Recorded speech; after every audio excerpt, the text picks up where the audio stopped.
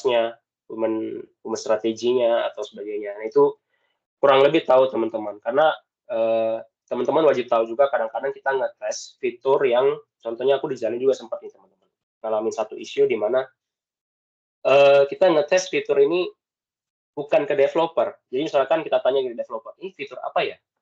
Oh, ini fitur mengenai CR, misalkan CR itu customer relationship, jadi CR-nya itu, ini tuh harus ke bisnis. Kita juga lagi sedang bukan apa ya, memang sedang ngedevelop ini, tapi kita bukan yang megangnya. Jadi itu lebih terkait ke bisnis sih. Nah, itu tuh biasanya ada kejadian unik tuh. Jadi teman-teman harus juga catat tuh, kalau misalkan sebagai QA, oh ini tuh lagi sedang ada development di bidang bisnis. Dan ini memang bukan tanggung jawab kita. Nah, jadi tanggung jawab mereka. Mungkin teman-teman nanti bakal catat di sana, oh ini lagi bisnis dan lapor. Pasti report sih, report ke PM yang terkait di sana buat, oh Pak, Bu, ini sedang ada pengembangan nih, satu fitur ini misalkan fitur pembayaran PLN. Nah, pembayaran PLN itu harus ngurus terkait dengan instansinya. Nah, itu proses bisnisnya bakal lebih berat lagi sih.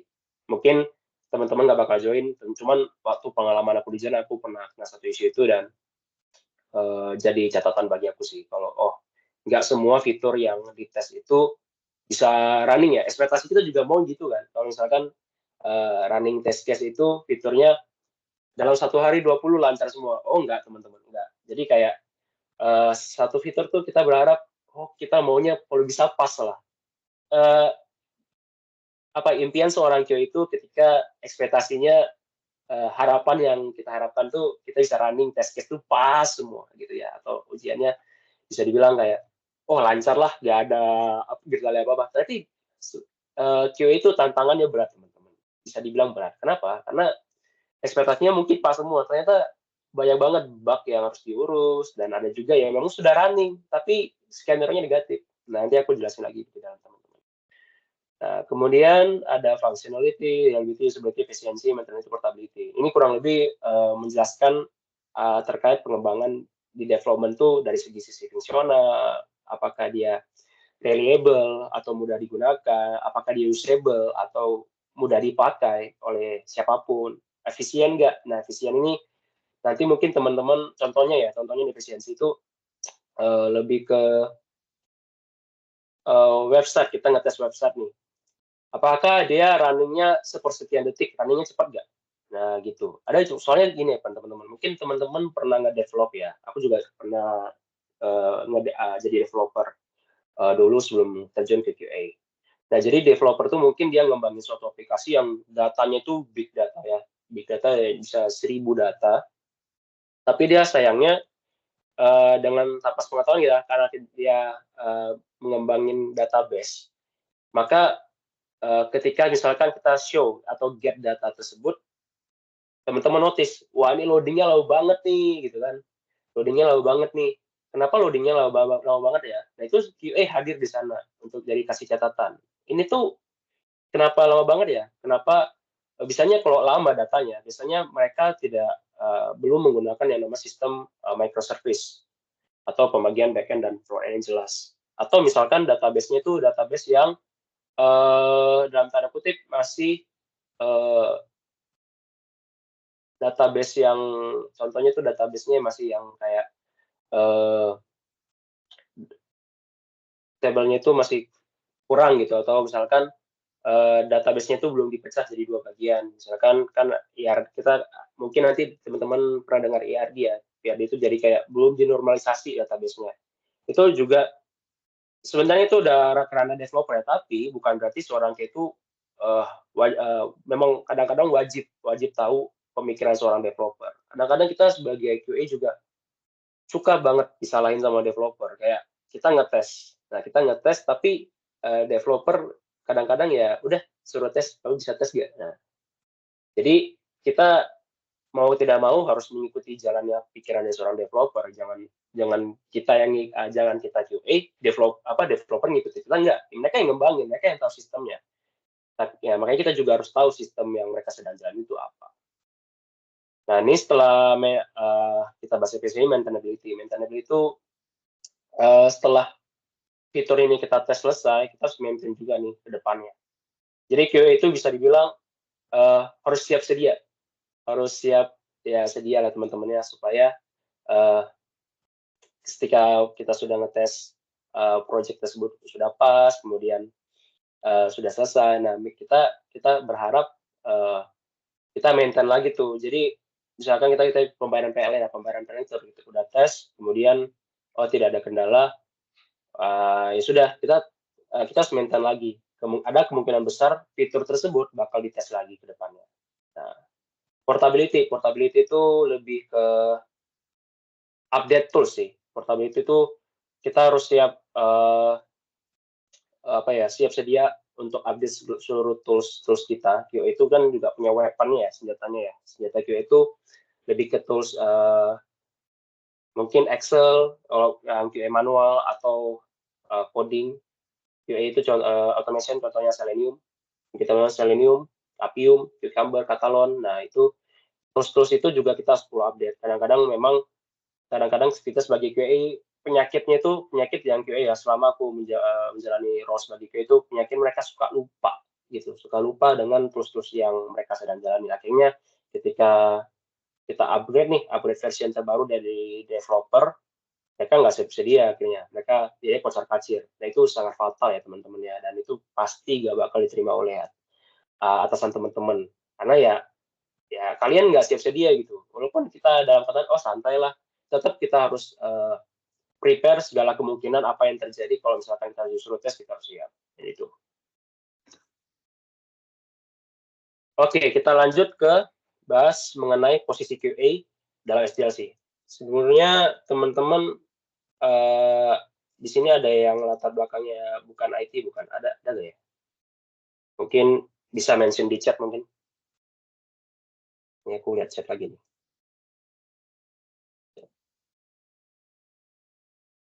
Atau di sini latar belakangnya IT semua ya?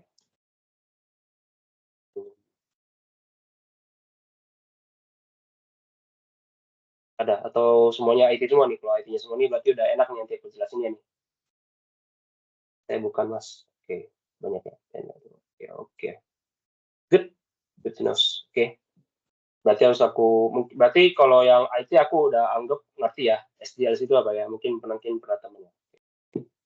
Berarti harus aku jelasin lagi nih SDLC ini.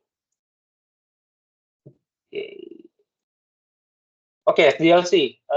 Singkatnya SDLC itu seperti ini teman-teman. Software Development Lifecycle. Jadi kalau dalam sebuah perusahaan itu pasti ya pasti mereka menggunakan namanya SDLC. Nah, konsep SDLC itu teman-teman harus penting mengetahui SDLC itu karena setiap perusahaan itu pasti ngembangin software itu berdasarkan fase ya, ada fase-fasenya. Jadi ada planning stage, analysis stage, design stage, development stage, testing stage, dan software development. Nah, QA itu sebenarnya sudah jelas ya. QA itu titik beratnya di mana? Itu di fase testing stage. Tapi teman-teman harus tahu nih, QA itu bukan cuma di testing kedua, ngikut semua fase-fase ini. Nah, aku jelasin satu-satu ya. Nah, planning stage itu, teman-teman, QA pada fase planning stage itu mereka biasanya akan prepare tools yang akan mereka gunakan buat tes teman-teman. Jadi misalkan kalau testingnya manual ya mereka harus bikin table apa aja sih yang akan mereka running gitu. Nah, kemudian setelah itu habis dari planning itu mereka juga ikut nih mereka harus cari tahu project yang mereka kerjakan itu apa. Contohnya dijalin ya, aku bahas lagi dijalin ini mereka ngetes ATM. Nah, aku waktu itu sempat bisa dibilang sedikit nyantai karena udah ngetes semua fitur, baik lagi kan ke planning. Nah, planning itu biasanya pada tahap itu kalau sepengalaman aku, BRK bakal bagi-bagi nih fitur-fitur yang akan mereka jalanin. Contohnya waktu aku tepatan di QA itu di saatnya Himbara BNI ya, jadi ngetes ATM BNI. Jadi bakal bagi fitur tuh, Bill, kamu tes fitur PLN, tes fitur pembayaran Allianz, dan sebagainya. Wah, itu walaupun begitu, teman-teman bisa dibilang jangan nyantai juga. Karena mungkin bisa jadi setelah teman-teman planning di sana, teman-teman belum siap sedia nih, misalkan kayak, wah ya udahlah kita oke lah, yang penting ya dibagi-bagi dulu gitu, tapi dokumennya belum dibuat. Nah, bisa juga teman-teman harus inisialisasi dokumennya, teman-teman.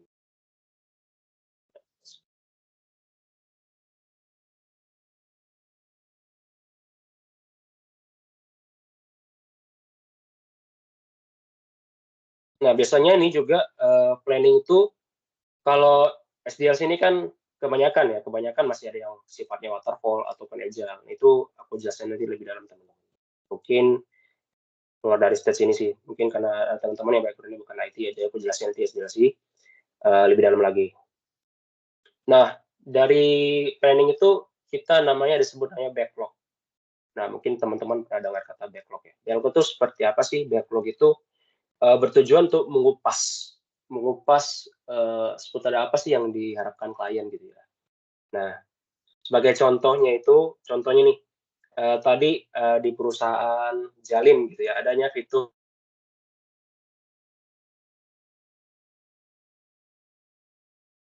Allianz itu pembayaran asuransi. Nah, teman-teman pas nggak tahu tuh, oh Allianz apa ya? Allianz apa ya? Mungkin teman-teman nggak tahu nih Allianz apa ya? Allianz itu ngetes asuransi. Oh dia pembayaran asuransi. Oh jadi di sini tahap ini biasanya teman-teman bakal lebih apa ya? Lebih memperhatikan PRD atau FSD. Namanya sama sebenarnya. PRD itu Project Requirement Document atau Functional Specification Document. Itu teman-teman bakal dikasih sebuah dokumen kitabnya QA itu buat tadi aku bilang ya kitabnya QA untuk cari tahu nih fitur yang aku tuh kebagian fitur ini. Kemudian, oh runningnya seperti apa ya? Nah ini harus dicatat. Mungkin bisa di notepad teman-teman runningnya seperti apa, expected result seperti apa. Nah itu harus teman-teman jalani. Nah ini sekaligus juga membahas yang analisis state ya. Nah itu juga teman-teman menganalisa apa aja kemungkinan yang bakal terjadi ketika aku ngetes ini.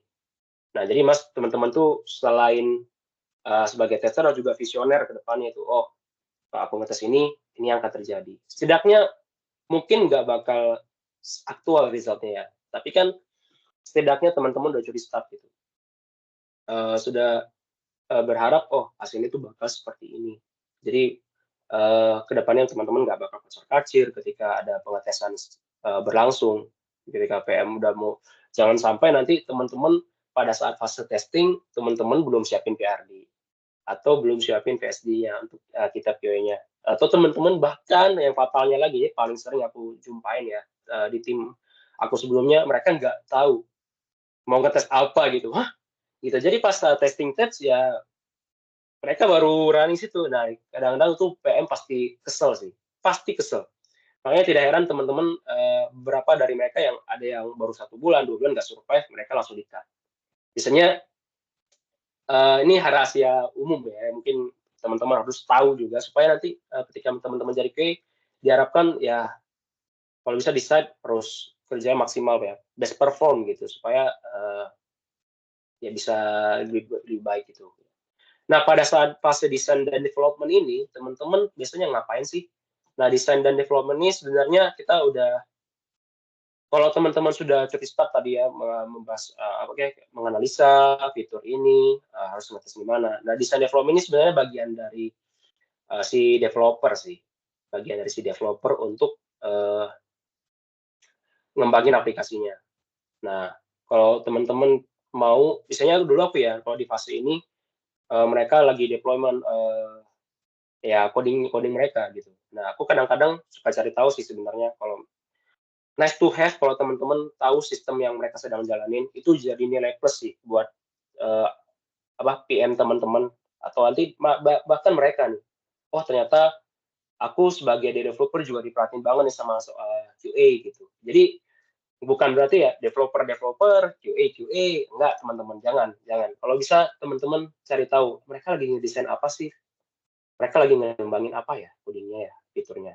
Mungkin fitur yang mereka sedang jalanin atau fitur yang mereka sedang develop itu bukan fitur yang akan teman-teman tes, tapi sangat nice to have, bahkan bagus sekali kalau misalkan teman-teman bisa tahu apa yang mereka sedang ngembangin. Contohnya, oke, mungkin teman-teman tadi aku balik lagi ya, ini balik lagi ke fitur PLN. PLN itu teman-teman ngetes PLN, tapi mereka sedang nge-develop fitur yang lain, misalkan fitur pembayaran pulsa, top up. Nah, teman-teman juga harus tahu tuh, oh, mereka lagi deploy top up ya. Boleh dong minta dokumennya, aku juga lihat aja deh sebentar kalau misalkan teman-teman ada waktu luang gitu. Nah, jadi teman-teman pelajari juga nih, oh top up itu untuk codingnya atau API-nya biasanya sih dalam bentuk API ya, API atau JSON-nya itu seperti ini. Jadi teman-teman pelajari juga. Jadi suatu saat mungkin kalau misalkan teman-teman testing yang berhubungan dengan top up, oh teman-teman udah tahu juga. Nah, jadi kalau misalkan ada ketetapan, oh kamu tes ini, nah kan teman-teman harus apa ya, kritis itu wajib, harus kritis banget sih. Jadi critical thinking itu harus jalan karena ya kalau kalau bisa bantu sebanyak-banyaknya, why not? Bukan berarti ya emang kita kerja ya kerja di sana juga. Oke lah kita jalanin job kita. Tapi kalau misalkan teman-teman bisa lebih dari itu, tidak besar kemungkinan teman-teman juga mereka apa ya bakal diperpanjang lagi di sana kan. Jadi kayak oh ini bagus loh, ini orangnya kritis banget. Aku pengen pakai dia terus dia itu sebagai QA dia tuh udah tahu apa yang harus dilakuin gitu. Jadi teman-teman sampai di sana nggak ngeblank doang, nggak cuman oh ya adalah gue QA ngetes apa aja gitu terus nggak apa ya nggak improve lagi gitu ke depannya uh, mau pakai apa ya misalkan mau belajar fitur yang baru atau tools-tools yang baru teman-teman juga butuh mungkin teman-teman harus kasih juga masukan misalkan oh ternyata yang testingnya selama sampai ini kayaknya terlalu monoton teman-teman usulkan tuh Pak Bu saya mau ganti testing tools yang lebih canggih gitu nah depannya mungkin teman-teman bakal menghadapi yang seperti itu. Nah, itu juga jadi masukan loh buat mereka loh, bahwasanya, oh ini bagus nih kalau misalkan memang diterapin. Kemarin aku juga di BNI tuh, kenapa sih mereka kan tuh ada fiturnya banyak banget ya. Aku ada tuh QA di BNI tuh fiturnya banyak, hampir 1.000 test case teman-teman aku harus buat. Dan kalau dijalani secara manual itu tuh harusnya nggak mungkin lagi. Ini tuh harus automation. Nah, kemarin waktu itu sempat aku usulin ke PM aku, Bu, ini nggak cocok loh buat running 1.000 test case dalam waktu deadline sesingkat itu. Deadline-nya bayangin teman-teman cuma sebulan running 1.000 test case ya. Aku waktu itu sama tim aku fun fact nih tim aku itu QA-nya cuma 3 orang running 1.000 test case. Tambah PM aku juga ngikut untuk ngetes. Jadi kita hampir bayangin teman-teman aku udah running 200 sampai 300 test case dalam 1 bulan. Berarti dalam 20 hari itu running 15 test case. Itu banyak ya untuk sebagai QA. Dan itu kalau cepat ya runningnya itu kita bilang oh gue bisa pas semua. Ternyata tidak teman-teman. Ada bugnya, ada something yang harus membuat itu tidak pas jadi statusnya. Jadi ada error kah atau itu dalam oh ini tuh ke tim bisnisnya itu kalau udah tim bisnis tuh aku paling males tuh diumumin oh maaf Bill ini kita bukan bagian kita ini harus ke tim bisnis tuh bagian Mbak Ruth sama yang itu tuh atau apa bagian PM tuh bagian nantilah itu atau sebagainya lah jadi kayak menunda jadi akhirnya aduh kayak waktu itu aku sempat kayak sih kayak oke lah ya udahlah akhirnya waktu itu sempat aku nyantai sih bisa bilang nyantai itu satu gitu tuh tapi karena itu bagian dari dokumentasi aku jadi kayak kentang banget gitu tanggung kayak fitur ini udah jalan semua kalau satu fitur ini saya nggak jalan ya karena fitur yang aku pegang waktu itu karena berangkut dengan bisnis dia jadi dia itu satu fitur teman-teman ada yang apalagi kalau sekarang fitur yang menyangkut itu dia itu fiturnya ada sub feature-nya lagi misalkan tadi aku asuransi alliance itu pembayarannya banyak macam ya jadi pembayaran asuransi mobil kah atau asuransi kesehatan kah ya kan banyak ya alliance itu jadi mereka bisa baca lagi nah, jadi kayak wah aduh itu waktu itu aku sempat agak obstacle-nya di situ teman-teman karena kalau udah nyangkut bisnis tuh aku kesel banget sih jadi mau kesel gimana tapi sebagai QA kita harus tetap menerima keputusan yang ada ya baik itu dari segi PM-nya dan developer ya nah baru ke tahap yang 5 testing stage ya testing stage ini bisa ditanya lagi ya teman-teman testing stage ini ya pasti ya di mana kalian itu wajib hadir gitu nggak mungkin nggak hadir testing itu ya pada saat kalian udah ada beberapa fitur yang sudah di develop teman-teman harus testing. Nah, selanjutnya itu software deployment stage. Nah, biasanya ya, ini tuh seorang QA udah nggak ikutan lagi. Karena yang deployment ini sebenarnya developer dan teman-teman production ya, kalau nggak salah role-nya DevOps. Jadi mereka yang bakal deploy aplikasi itu. Tapi di saat fase 6 dan 7, biasanya teman-teman bakal diminta membuatkan dokumentasi. Dokumentasi apa tuh? Dokumentasi ya test case yang sudah selesai, atau test case yang sudah pas, atau udah sukses di running, sukses dijalankan tanpa ada kendala satupun. Jadi, eh, keseluruhan dari 7 stage ini, teman-teman tuh nggak cuman, oh aku tuh di fase 5 doang. Enggak teman-teman. Jadi di fase inilah semua teman-teman harus ikut serta ikut andil, baik secara langsung ya, kayak testing maupun secara tidak langsung. Secara tidak langsung, teman-teman harus siap sedia selalu sebagai QA. Nah, jadi nanti fase, apalagi di fase maintenance tuh, kebanyakan fase maintenance tuh, kita bakal running yang namanya itu regression test atau repeat test. Jadi misalkan ada nanti aku jelasin deh regression test tuh di pas ini deh. Jadi ini masih panjang teman-teman. Atau nanti mungkin di besok lah ya. Karena waktunya aku rasa nggak cukup untuk ngebahas ini semua. Mungkin nanti di next selanjutnya ya. Oke, ini understanding the role. Ini aku udah jelasin tadi sebelumnya. QA itu berhubungan dengan siapa aja sih? Nah, ini developer, temannya QA banget. Jadi, yang paling suka ribut ya, dalam tanda kutip ributnya itu kayak ribut dalam tanda kutip positif lah ya. Dalam tanda kutip positif tuh kita sama developer. Itu udah pasti teman-teman. Itu mungkin aku waktu itu dijalin juga tempat duduknya bahkan bersebelahan lagi. Jadi tahu tuh QA sama developer itu bersebelahan banget. Jadi kita harus tahu misalkan ada bug, kita report ke mereka. Kalau misalkan ini belum dites ya mereka. Dan mereka kadang-kadang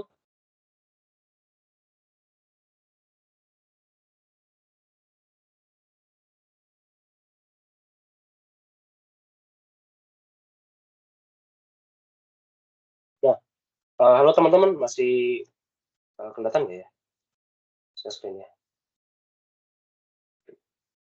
Kelihatan, Mas. Oh ya, kelihatan ya. Oke, lanjut lagi. Dari teman-teman ini laptop aku kadang-kadang ada suka ada kendala teknis sedikit. Oke. Nah, jadi tadi aku bilang tadi ya, kalau misalkan kita sedang berhadapan dengan seorang developer, nah kita harus tahu mereka tuh lagi ngejalanin apa. Kadang-kadang aku suka ke meja mereka langsung tuh kadang-kadang. Karena kan harus tahu, oh mereka lagi ngembangin ini ya. Oke, berarti aku harus tahu nih, itu misalkan mau top up nih, top up pembayaran. Aku harus tahu nih sebagai QA, oh berarti itu bakal, oh expected result-nya apa ya. Jadi udah catat-catat duluan tuh. Kalau bisa tolong start duluan. Jadi teman-teman nggak pada saat udah ngetes tuh apa-apa. Dan yang tadi aku bilang part gimana ributnya. Nah ini seru nih. Aku sebagai QA itu kadang-kadang udah ngejelimet ya, punya running 1000 test case, mereka kayak, oh coba kamu tes ini, Bill, pembayaran Allianz. Ya udah aku tes kan, waktu itu kan ATM ya. Kita tes running, transaksinya selesai. Loh, ini belum selesai nih, apa ternyata ini transaksinya harusnya sedang diproses. Nah, kamu buat tiketnya ya. Kadang-kadang aku juga oke kita buat tiketnya. Kita ikutin nih alurnya nih. Kadang-kadang oke lah, mereka developer lah ya. Jadi kayak kita kadang-kadang harus mengalah, dan tanda kutip mengalah bukan berarti mengalah ya. Nah, kadang-kadang aku suka ribut nih. Ributnya waktu pas jalanin fitur ini, oke kita running. Loh ini udah sesuai dengan PRD. Nah, maksudnya PRD itu kan yang tadi aku bahas sebelumnya, Product Requirement Document. Jadi kan kitabnya QA ini sesuai PRD loh. Kita tunjukin ke mereka. Oh, enggak, ternyata ada perubahan dari segi bisnis. Nah, itu kadang-kadang aku bilang, kok kamu bisa tahu? Ya itu tadi itu yang ada apa itu barusan jelasin ada perubahan. Ternyata memang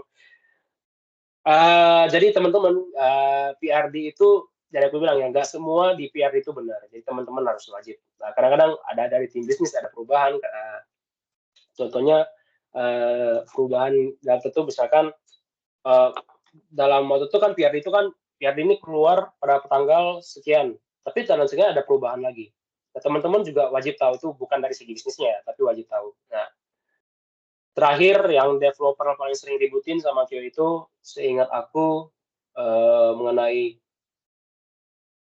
cara testing sih, sistem mereka sih. Paling kebanyakan tuh sistem yang mereka sedang jalin. Itu biasanya QA sama developer tuh bakal sering ribut karena kita running sistem ini loh, Bill. Nah, pernah tahu kan kita running sistem ini loh. Kenapa kamu expect resultnya ini? Maksudnya kan nggak begini. Nah, nah itu kemarin sempat aku sedikit bersalahan waktu pertama kali dijalin buat salah banyak banget. Jadi banyak banget pelajaran yang aku alami dari teman-teman karena membuat skenario yang nggak pas. Nah, akhirnya itu berdampak buruk bukan cuma ke fitur-fitur yang lain, tapi ke tim QA aku sendiri, ke tim PM juga jadinya.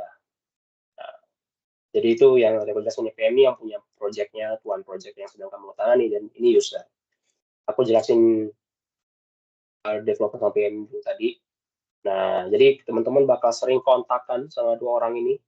Ini pada fase apa aja sih, Mas Bill? Oh, ini pada fase kebanyakan perusahaan ini sebenarnya SIT ya. Kalau teman-teman pernah nyebut SIT itu System Integration Test. Jadi teman-teman bakal sering ikut andil dalam dua hal ini. PM itu yang pasti atasan teman-teman ya, atau ya mereka yang megang project-nya. Gitu. Developer ini yang mereka yang ngembangin. Jadi bahkan teman-teman tuh bakal sering kontakkan sama mereka berdua. Pasti tiap hari gitu. Misalkan teman-teman hadir di sana pasti sering kontakkan sama mereka sih. Nah, terus user, oke, user ini tuh biasanya bakal hadir kalau misalkan semua yang berhubungan dengan SIT atau sistem itu sudah di running test. Misalnya ini namanya fasenya disebut UAT teman-teman. Misalnya kalau dengan teman-teman UAT user acceptance test, ya, namanya sendiri udah user ya. Artinya ada user yang bakal ikut di sana. Apakah user ikut tes?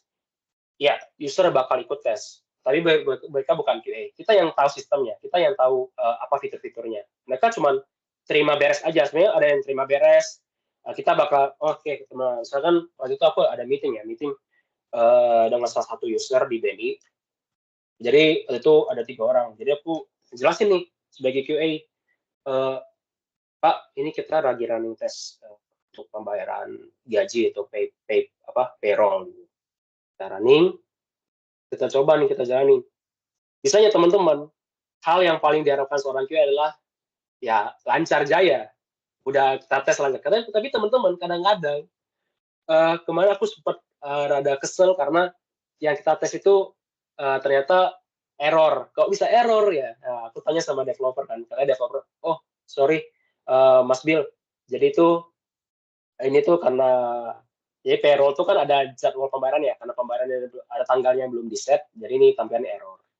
Nah, teman-teman wajib tahu, makanya tadi aku bilang, balik lagi PRD itu aku nggak bisa kasih contohnya di sini tuh karena PRD ini PRD aku bawa ini sebenarnya ada dari punya perusahaan ya. Jadi nanti mungkin teman-teman habis selesai dari sesi ini, teman-teman bisa cari contoh PRD itu. Misalnya PRD itu pasti bahas tentang satu fitur terus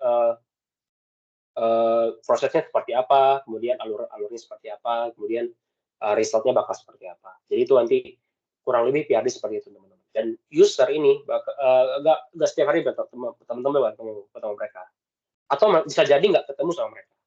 Ya, bisa jadi teman-teman hanya just oke, kita tunjukin aja ini gimana. Misalnya kan kebanyakan itu meetingnya online ya sama user ya. Atau teman-teman harus hadir sama mereka bertetapan, kalau misalkan pada saat fase UAT, teman-teman harus siap sedia tuh. Oh, kita berharap semua fitur-fitur yang tadi sudah dijalani pada saat itu udah nggak ada kendala lagi. Jadi ide mereka yang akan memakai aplikasinya nanti, mereka setelah udah beres, mereka juga akan tanda tangan semua dokumentasi teman-teman. Bahwasanya fitur-fitur yang sudah teman-teman jalan itu sudah sukses. Nah, lanjut. Ini sedikit kelucuan teman-teman ya. Ini kita jalan dulu ya. Kurang lebih tester itu seperti ini teman-teman. Kalau sama developer yang tadi aku bilang. Nah, itu teman-teman. Jadi teman-teman jangan heran kalau misalkan tester tuh suka sewa sama developer ya ini.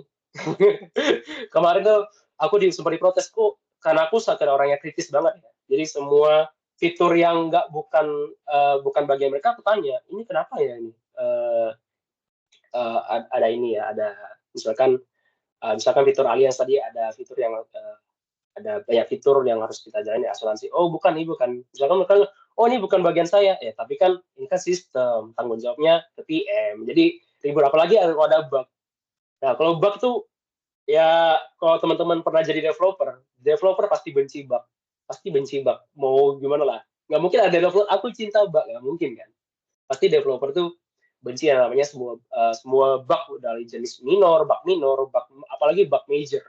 Kalau udah bug major nemu, nah itu kendala developer, dan QA wajib hadir di sana untuk menyiksa, dalam tanda kutip menyiksa developer di sana, karena ya siapa lagi yang ngembangin aplikasi ini, kita kan cuma ngetes doang, kita kan cuma ngetes running test, tapi kita walaupun sebagai QA bukan berarti oh running test, tapi aku ingatkan sama teman-teman juga ya, kita juga harus ikut bantu kasih masukan buat mereka developer. Oh bagaimana kalau misalkan pengembangan fitur ini ada yang mau dibantu nggak mas, misalkan dalam segi bukan code-nya ya, mereka mungkin dalam segi alurnya seperti prosesnya seperti apa kita jelasin ke mereka. Nah itu juga wajib juga. Tadi nggak melulu developer doang yang ngejelasin sistem yang mereka sedang jalan itu apa, enggak. Jadi kita juga sebagai QA harus tahu ngasih masukan. Oh ini tuh enaknya gini mas developer. Jadi sebenarnya ini hanya lucu-lucuan aja sih, karena waktu itu sempat aku ngira oh ya tetap ya developer dan QA itu punya titik beratnya masing-masing teman-teman. Kemarin aku juga sempat berdebat tuh sama developer. Kan enak banget ya QA ya bisa cuma ngetes apa aplikasi kita. Saya bilang, "Hah? Apa kamu bilang?" Lah QA itu juga hadir, ya udah kalau gitu lu aja yang jadi QA sekalian yang ngetes aplikasinya. Mau nggak gitu. Jadi ya lucu-lucuan aja sih karena bagaimanapun juga mungkin kalau misalkan suatu saat teman-teman bosan jadi developer, pengen jadi QA, ya. Tapi saya, aku bilang ya, ini disclaimer ya, tetap role masing-masing itu punya titik beratnya masing-masing ya. Aku aja sebagai dulu juga sempat jadi developer di salah satu bank di PT Maybank Indonesia, PT Maybank Finance. Jadi aku ngerasain banget tuh waktu itu waktu magang aku ngembangin fitur chatbot dan itu ada QA di sana. QA itu bener-bener nyiksa aku sih, kayak ini udah running sebenarnya, ada masalah apa gitu, kamu harus ngetik agak, kamu kan dalam hati gitu kan, tapi oke lah kita harus coba. Oh ini fix, harus di fix sih. Ini kemarin itu memang udah lancar loh Mas Bill, tapi ini karena ada mungkin dari kesenggol apa apa, jadi ini jadi error lagi nih. Nah jadi aku developer tuh harus siap sabar sih sama seorang QA, dan aku waktu jalan QA dan QA juga tidak mudah. Jadi balik lagi teman-teman harus tahu teman-teman suka di mana, tapi nanti kalau misalkan developer dan QA ini 11-12 lah teman-teman. Jadi bisa dibilang selalu apa ya, teman hidup di perusahaan sih, bukan teman hidup di ini ya. Kalau teman hidup di ya di kehidupan kali teman-teman itu sekalian tuh enggak, itu beda cerita. Tapi di teman hidupnya perusahaan teman-teman ya, selain teman-teman QA ya developer gitu sih. Kita lanjut, ini masih panjang sih. Mungkin nanti lanjut di sesi siang ya, aku minta sama Mbak Fia kalau nanti dilanjut di jam 2 mungkin ya, kalau sekarang sempat, ini masih panjang soalnya kita jelasin. Oke, selain SDLC, nah ini namanya SDLC teman-teman. Jadi mungkin teman-teman IT juga, aku juga baru dengar pas di perusahaan ini. Jadi mereka di BN itu bukan cuma ngadapin SDLC doang dalam metode waterfall, agile, tidak. Mereka SDLC itu juga ada namanya software testing lifecycle teman-teman. Dan ini sudah wajib banget QA harus paham bagaimana sih life cycle-nya pengembangan aplikasi atau pengembangan software itu ya. Nah, ini teman-teman. Jadi SDLC itu mereka berangkat dari requirement analysis. Requirement analysis tadi kurang lebih sama yang aku bilang. Ini agak aku lagi PRD ya. Teman-teman harus tahu PRD di teman-teman bekerja di perusahaan itu apa. Pasti ada kok, pasti ada. Jadi teman-teman wajib mengetahui apa sih sistem yang mereka kembangkan. Kemudian lanjut ke test planning. Nah, test planning ini tadi aku bilang, test plan itu teman-teman akan catat siapa-siapa saja membernya. Misalkan nanti aku kasih contohnya, ada tabelnya, nama project-nya apa, project yang teman tanganin, terus deadline-nya ini project ini berapa lama, mungkin nggak dikasih tahu ya udah mas teman-teman catat aja dalam project ini sampai sekian. Kemudian nanti ada member-member yang ikut itu, dicatat nama-namanya. Member itu saya member yang ikut dalam andilnya project ini apa. Nah, baru running ke test case development. Test case development ini ya teman-teman akan running sebuah test case atau running dalam test case itu ada skenario. Nanti aku jelasin ya lebih lanjut lagi, lebih dalam lagi skenario dan test case. Kadang-kadang kalian ini juga ditanyain banget ketika interview teman-teman, karena pada saat QA mereka gimana ya, boro-boro mau belajar automation atau manual. Mereka sendiri nggak bisa bedain apa itu test case dan skenario. Nah ini wajib teman-teman harus tahu banget ada yang sebenarnya test case, test plan, skenario, dan sebagainya. Nanti aku jelasin lebih lanjut. Nah, environment setup itu yang tadi aku bilang tools-tools yang teman pakai. Biasanya sih kalau manual sih Excel ya, Excel atau Jira atau sebagainya ya dalam bentuk project management gitu. Nah, misalnya teman-teman bakal catat sih baik dari segi backlog dan sebagainya. Tapi kebanyakan sih kalau aku perusahaan dulu itu pastinya pakai Excel atau Gdocs ya, Google Sheets. Jadi itu detail banget apa yang di tes. Test execution, oke, test execution ini teman-teman di tahun etap ya tadi aku bilang bakal running testnya ya. Tesnya itu dalam bentuk misalkan ada apa ya tes satu fitur yang harus dijalanin, teman-teman harus merunning tes itu, dan ada misalkan dalam target sekian hari ini harus running 15 test case. Ya, teman-teman wajib tes secara berkala itu 15 itu. Kenapa? Karena kadang kita sebagai QA kurang teliti kadang-kadang. Nah, penyakit QA itu wajib teman-teman harus teliti dan rapi dalam bekerja ya. Kenapa ya? Karena ya kalau misalkan ada satu hal yang kelewatan, itu tuh fatal teman-teman. Karena aku tuh ini secara rahasia umum ya, itu tuh aku juga cari tahu sebenarnya aku belajar QA itu seperti apa. Dan ini kebanyakan mereka suka kurang teliti banget ketika menjalankan satu test case gitu. Satu test case loh, apalagi kalau misalnya test case-nya banyak. Nah, kita dituntut teliti teman-teman. Makanya kalau misalkan pas teman-teman nanti interview, ditanya, apa sih kelebihan kekurangan kamu? Jangan pernah sebutkan kekurangan kamu tuh kurang teliti. Itu nggak bisa, teman-teman. Mereka langsung nggak terima. Hah? Aduh, jadi QA kurang teliti. Gimana nanti pas running banyak test case ya? Nah, udah kepikiran mereka tuh bakal, nggak dulu deh. Nah, jadi kan ya sangat disayangkan sekali ya kesempatan teman untuk bisa bekerja di site tersebut jadi gagal, jadi ya gara-gara satu pernyataan dari teman-teman yang teman-teman sendiri nggak menyangka gitu ya. Itu teman-teman harus wajib bilang, oh saya orangnya teliti ketika bekerja. Itu kalau QA itu wajib, karena ketika kita teliti bekerja, kita running sebuah test case, ya kita berharap tidak ada yang terlewatkan dalam membuat skenario dan sebagainya. Kemudian yang terakhir adalah test closure. Test closure ini lebih membahas tentang apa ya? Misalkan kita udah running semua test case dan karena ada beberapa test case yang masih belum pas atau keblok atau dia fail ya, gagal dijalankan atau gagal dieksekusi, teman-teman wajib ke sini test closure. Test closure ini bakal lebih kontakkan terus sama developer sama PM buat, oh Pak, Bu, kita wajib lapor ini ada kebetulan ada satu fitur yang memang tidak running atau tidak running dengan sukses. Ini gimana ya penanganannya? Biasanya sih kebanyakan waktu aku jalan ini mereka bakal buat tiket atau dalam ya tiket sih. Biasanya sih tiket ya. Kita report baik itu tiket yang berhubungan ke bisnis. Kadang-kadang QA juga harus buat tiket tuh, tiket yang berhubungan ke bisnis atau tiket yang harus ke developer. Ini dilempar ke developer langsung. Jadi kita assign ke developer. Misalnya fitur ini ada kendala, kita jelasin reasonnya apa. Aktual resultnya apa? Itu harus detail teman-teman. Jadi kita QA, kita kasih tau ya, teman-teman ada tuh. Aku juga agak gerem kemarin memang karena mereka ngasih tahu gagal, oke ini gagal, tapi nggak dijelasin gagalnya kenapa gitu. Nah itu fatal juga teman-teman harus tahu itu, karena kalau misalkan gagal ngejalanin fitur terus jelasin dong gagalnya kenapa, apa penyebabnya. Dan jangan sampai teman-teman juga mempermalukan teman-teman sendiri ya. Ya itu ya aku bilang tadi developer. Jangan sampai teman-teman sendiri malu di depan developer karena ketika ngetes satu fitur yang di develop itu memang dan itu aman, teman-teman nggak tahu gitu. Ternyata ternyata ini udah sukses nih atau udah running udah jalan sebagaimana mestinya. Tapi teman-teman bilang itu gagal. Itu lebih fatal lagi gitu. Jadi kayak atau ya developer pasti wajib sih bakal kasih masukan, kamu mesti ini ya belajar QA ya. Nah, udah kalau kita kayak gitu pasti mereka kesel sih karena Ya gimana ya, kita sebagai QA bukan, ya kita namanya kita belajar sih pasti ya, improvement tuh pasti. Tapi teman-teman wajib, itu hal yang basic yang terutama yang tadi aku bilang harus tahu pemikiran seorang developer. Nah, itu. Jadi ini ya wajib teman-teman, SPLC ini wajib teman-teman harus paham masuk-masuknya apa aja. Tadi aku udah jelasin sih.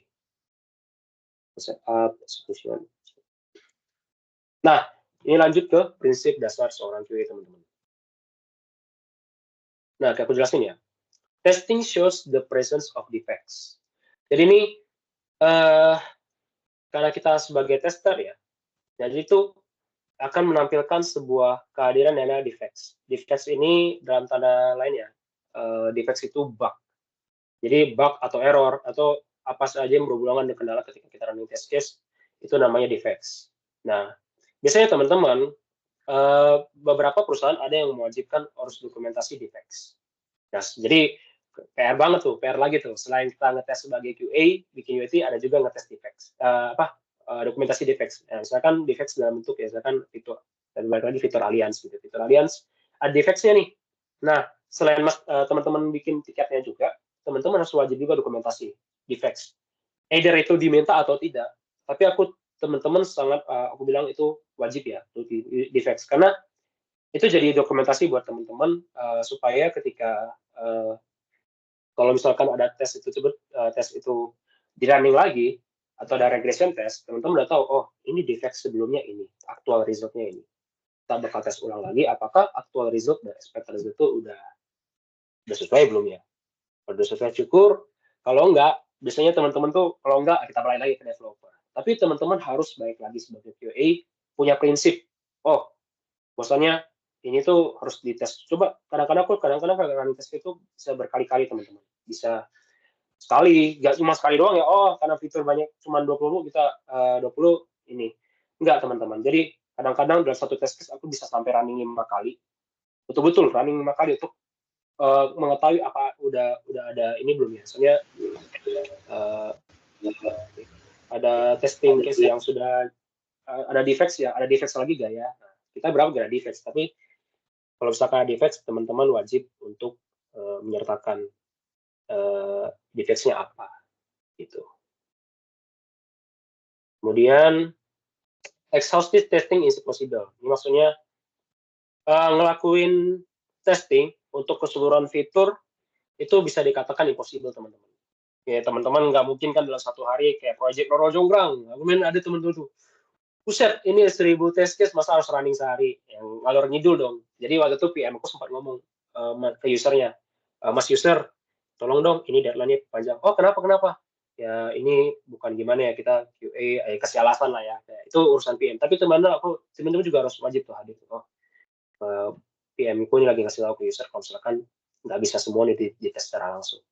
Jadi prinsipnya yang utama, teman-teman tuh juga punya limitnya. Limitasi orang tuh pasti ada. Jadi teman-teman sampaikan ke PM-nya kalau misalkan, oh Pak, Bu, ini saya ada, memang sih sebenarnya saya mau kerjanya ini. Tapi teman-teman sampaikan aja, tapi saya ada kendala di mana, bukan kendala ya, ada kendala di mana saya memang belum sanggup untuk menjalani secara keseluruhan, pasti bagi teman-teman. Tapi bukan berarti ya, pasti ada waktunya sih di mana teman-teman dituntut untuk apa ya, tesnya itu harus jalan lagi gitu.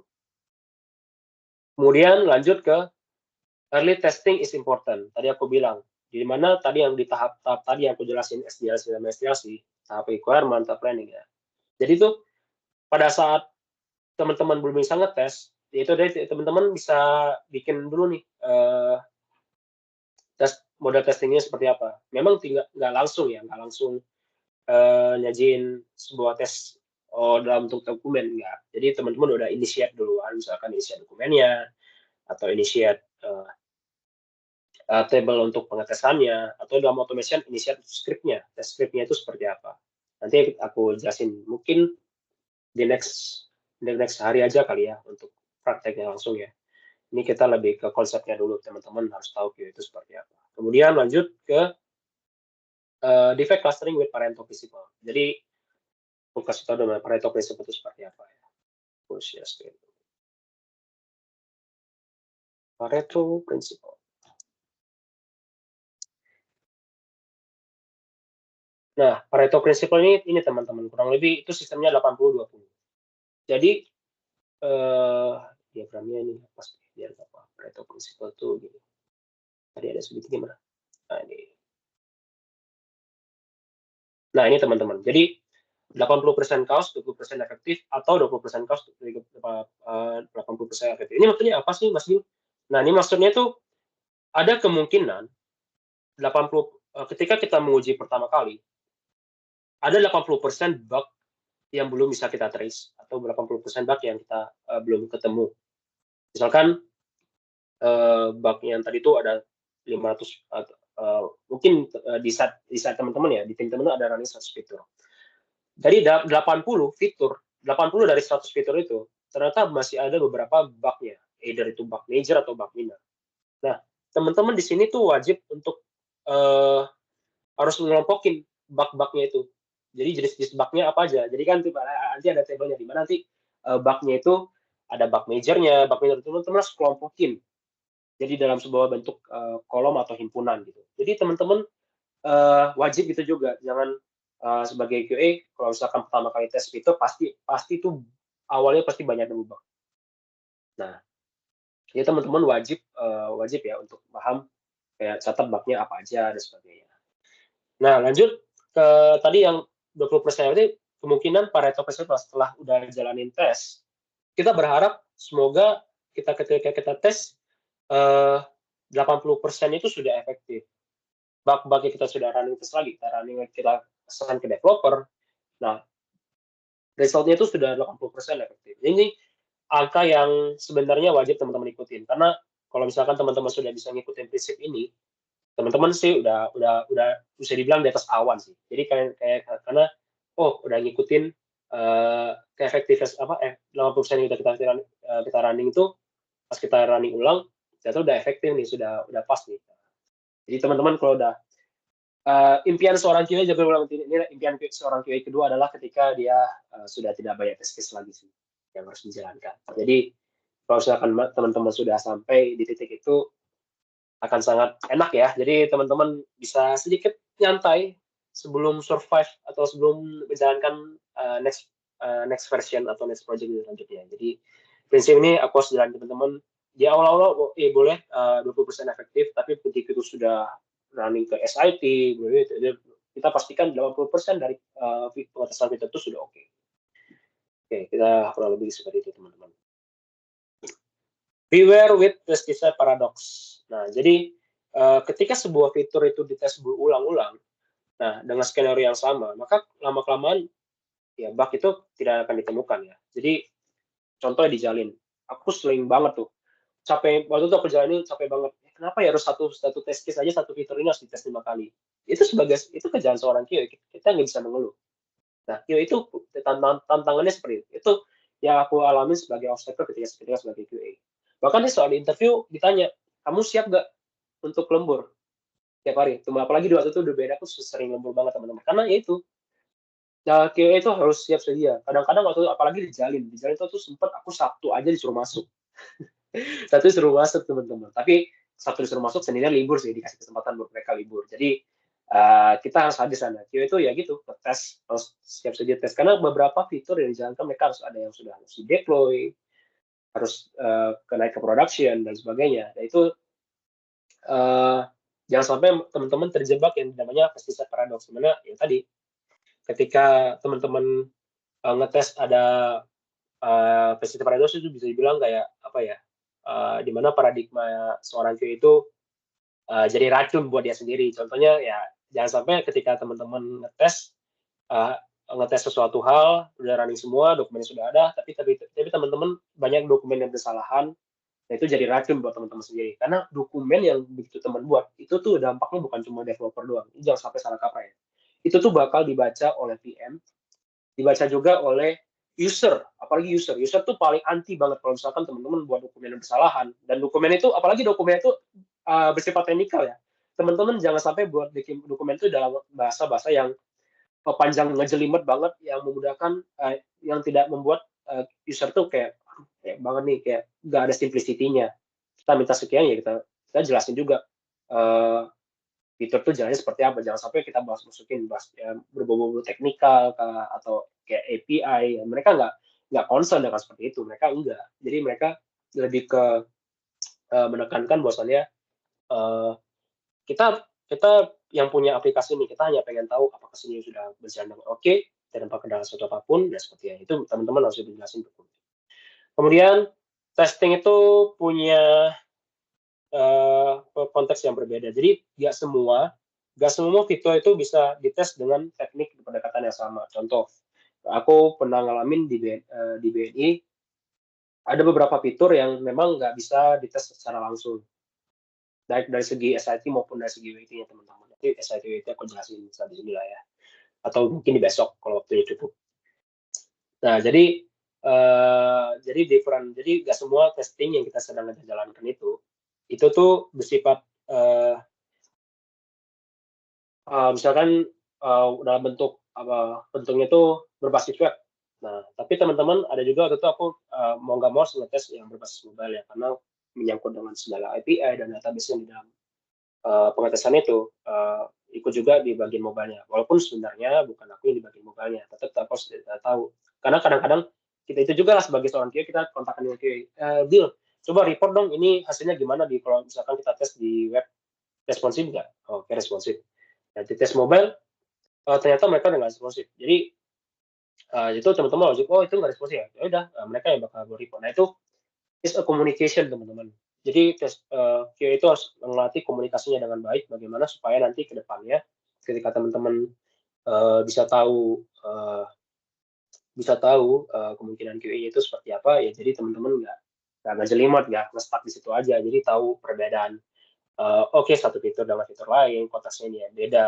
Misalkan tadi aku bilang alias ya, alias itu ada banyak ya, mungkin codingan yang di developer sama, tapi untuk ada satu field atau satu variabel yang beda. Jadi teman-teman harus tahu itu juga. Sebagai nanti ke depannya teman-teman ketika jadi QA, ya teman-teman tahu tuh, oh ini beda. Oh ini ada yang sama. Kalau yang sama, ada kemungkinan ada yang sama. Misalkan hanya sama prinsipnya, sama cara pengetasnya sama, tapi mungkin field-nya beda. Nah, teman-teman harus wajib untuk dokumentasi itu. Absence terakhir asal of errors fallacy. Ini artinya tidak ditemukannya error, defect atau bug dalam sebuah fitur tersebut tuh merupakan ya indikator tuh ya tadi aku bilang kalau misalkan udah sukses ya indikator tuh udah memenuhi kebutuhan user. Nah jadi seorang QA dituntut untuk absence, artinya make sense lah, itu ada sense of errors-nya itu harus ada. Jadi teman-teman dalam keadaan apapun sense of error tuh dalam segala kemungkinan teman-teman jangan harap oh ya kita QA oh udah pas. Kemarin juga yang kemarin baru jadi pertama kali dia pengalaman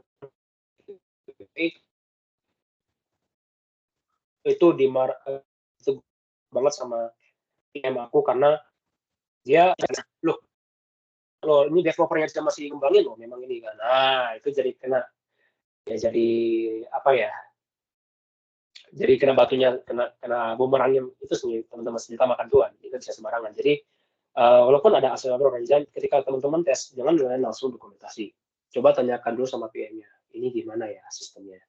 Jadi kadang-kadang teman-teman boleh buat dokumentasi tapi jangan dokumentasinya langsung ke Srenekal. Mungkin teman-teman aku bisanya catat di Word ya, aku fiturnya apa aja aku tes, atau misalnya aku pakai Jira aku sendiri atau Trello.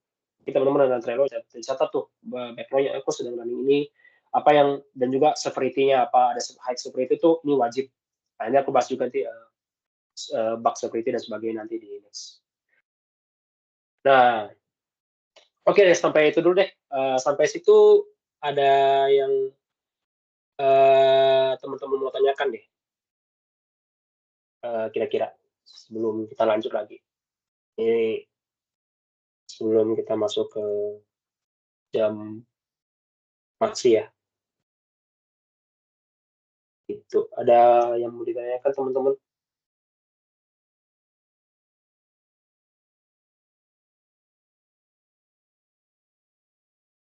Ini Mbak Lut ada gak ya di dalam? Oh, Mbak Lut.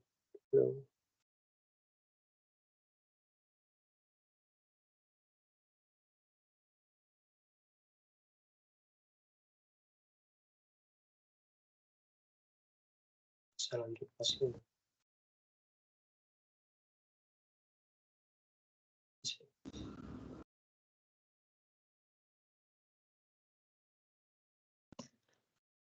Ini Mbak Lunya mana nih? Ada gitu teman, sambil penunggu teman-teman mungkin ada mau tanya gitu, pengalaman aku gimana, itu kayak gimana, terus apa aja yang harus Mas, dijalanin role. Ya, siapa? izin tanya. Sebenarnya kalau yang ngebuat test case itu siapa, Mas? Oke, nah ini pertanyaan menarik nih, bagus. Jadi sepengalaman aku ya, test case itu bisa dibuat dari ada misalkan dari senior. Jadi kan QA itu ada role masing-masing ya. Kita yang mungkin teman-teman ada junior.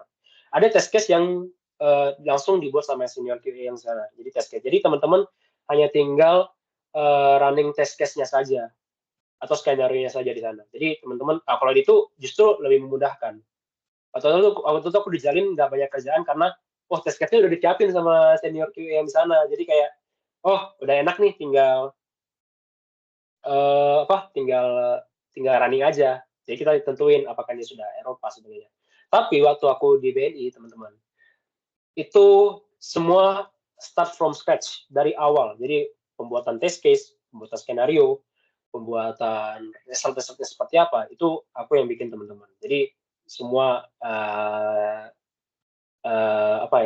semua aku yang buat. Jadi kayak sebenarnya tergantung kebutuhan perusahaan sih. Kalau misalkan di sana udah ada senior QA-nya, ya biasanya mereka yang akan buat. Tapi ada juga yang mewajibkan senior QA itu udah nggak bikin lagi mereka udah ngetes aplikasi lain teman-teman. Jadi mereka biasanya ngebantu kita dalam ngejalanin runningnya seperti apa. Biasanya senior QA gitu. Jadi kita yang harus buat test case-nya. Nah, nanti aku kasih tahu mungkin ya habis jam makan siang aja ya, karena nanti ini bakal lebih dalam lagi teman-teman. Jadi ini hanya baru pengenalan QA itu seperti apa, jadi bisa membuka insight teman-teman nih. Jadi QA itu nggak cuman melulu soal QA prinsipnya simplicity test, ya tes, tapi nggak sebasic itu teman, nggak sedasar itu. Jadi lebih dalam lagi teman-teman. Jadi udah menjawab pertanyaanku belum ya tadi Mas, siapa tadi ya? Ya udah cukup menjawab, Mas. Makasih, Mas. Oke, sip. Oke. Ada yang mau bertanya lagi?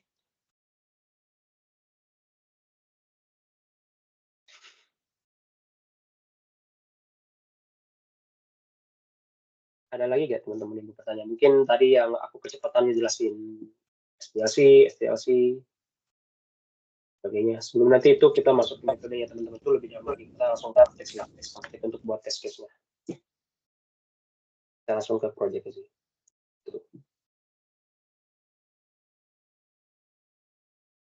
Saya mau izin bertanya, Mas. Boleh. Mas siapa nih? Aif, Mas. Mas Saiful ya, Mas Aif ya? Iya. Oke, mau tanya apa, Mas? Saya masih bingung terkait yang SDLC itu, Mas. Yang bagian tahap 1 sama bagian SDLC. Oke. SDLC, oke. SDLC ya. Oke, aku jelasin dulu deh. Aku jelasin dulu ya. Sekali lagi. Paling saya yang bingungnya cuma bagian ini dong, bedanya antara requirement, tahap requirement sama bagian yang tahap ketiga, development stage itu. Development stage, oke. Tadi yang development sama desain ya? Iya. Oke. Nah, ini aku bahas dulu. Jadi sebenarnya design stage ini sebenarnya ini tahap di mana pendesain sebuah aplikasi itu ya. Jadi sebenarnya misalnya kalau misalkan dulu kalau aku di BNI, dia itu role-nya UI UX designer. Jadi mereka yang mendesain yang akan mendesain aplikasi tersebut baik dari segi tampilannya, dari segi ininya kurang lebih gitu. Nah, terus development stage ini biasanya sudah didesain bagaimana tampilannya seperti apa, front end-nya seperti apa, back end-nya seperti apa. Nah, maka si developer bakal nge-develop stage ini. Nah, tadi aku menjelasin QA ini ngapain sih di tahap desain ini? Nah, tahap desain itu dia bakal QA itu sebenarnya ini langsung dua ya, desain sama development ini. Soalnya QA itu bisa dibilang harus standby. Standby itu dalam artian ya teman-teman wajib juga tuh tanya tuh mereka lagi ngembangin fitur apa. Nah, kalau bisa tahu fiturnya itu seperti apa, sistemnya seperti apa. Nah, teman-teman harus tahu tahap ini supaya pas di tahap fase testing, teman-teman nggak ngejelimet atau dalam tanda kutip harus running, udah tahu nih, oh udah tahu sistemnya duluan gitu. Dalam tanda kutip udah tahu sistemnya duluan. Jadi kalau misalkan testing itu jalannya seperti apa, jadi testing itu ketika teman-teman lagi running test, ya running test teman-teman udah tahu nih, oh sistemnya itu misalkan tadi Allianz itu udah tahu nih, oh sistem bisnis seperti apa, gimana sebagainya. Terus nanti pembayaran itu seperti apa. Jadi kadang-kadang waktu itu aku kalau pengalaman aku, bahkan aku sampai belajar juga desainnya. Waktu itu mereka ada bagus banget PRD mereka, PRD BM itu bagus banget ya. Mereka ngasih tahu tampilan web seperti apa, tampilan mobile seperti apa, dan aku langsung praktek teman-teman. Waktu itu kebetulan aku langsung dikasih link ya, link untuk link untuk bukan ngetes, sebenarnya ngetes ya, coba nyoba-nyoba gitu lah, kayak nyoba-nyoba di luar gitu. Jadi pada saat fase ini aku ngejalanin kayak jadi pada fase ini aku ngejalanin tes, bukan tapi tesnya tidak dokumentasi ya, cuman hanya dummy test aja, kayak dummy test tuh kayak nyoba-nyoba aja sih. Jadi sebenarnya di fase ini teman-teman aku wajibin harus paham alur sistem seorang developer dan sama UI. Karena nanti di fase testing test ini ada kemungkinan teman-teman harus ngetes juga UX-nya mereka. Oh, dari segi user experience, sebelum ke tahap user, nggak mungkin kan user ngelihat tombol-tombol yang masih kesalahan, atau pasti tombol ini tidak, user experience-nya nggak bagus nih. Pasti tombol ini warnanya biru. Karena mungkin dari segi logo itu memang wajibnya biru dari segi PRD-nya. Nah, tapi dari segi desain mereka masih biru atau ada nggak sesuai, misalnya ada titik komanya nggak pas. Nah, itu wajib teman-teman catat juga tuh. Nah, jadi pada saat fase testing, teman-teman mungkin nggak perlu lagi ngetes itu, atau memang harus testing ulang lagi, supaya teman-teman tahu, oh bahwasannya kalau misalkan fiturnya itu walaupun udah pas desain, aku lihat desainnya seperti apa, pas kita tes ulang, apakah udah sesuai dengan PRD atau FSD yang dikasih sama PM atau project manager atau tidak. Jadi fase desain development ini sebenarnya secara tidak langsung berkaitan dengan QA. Jadi sebenarnya ini role-nya teman Mas, ini role-nya lebih ke seorang role UI designer ya sih, desainer sama developernya. Tapi tadi aku bilang QA itu harus komunikasi harus lancar dengan mereka, bahwa harus wajib cari tahu mereka tuh lagi sedang ngembangin apa, supaya nanti kalau misalkan mereka punya udah selesai desainnya, terus development-nya sudah selesai, pas testing teman-teman nggak pasang kasih ya. Jadi oke. Harus bisa jalanin test case yang sudah saya buat, ataupun test case yang sudah senior QA buat, kira-kira seperti itu. Udah menjawab belum Mas Eko? Sudah Mas, kasih Sudah ya? Mas. Oke. Mungkin ada lagi yang mau bertanya, teman-teman?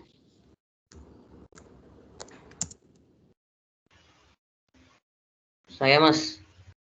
Oke, boleh. Baik, terima kasih kesempatannya. Perkenalkan nama saya Minis Nula, biasa dipanggil Min. Saya mau nanya Mas, kan SDLC sama ada SDLC, ada STLC ya. Apakah STLC itu tahap-tahapnya semua dikerjain pas tahap testing stage di SDLC, atau tahap-tahapnya itu masuk ke tahap-tahap masing-masing di SDLC-nya begitu Mas?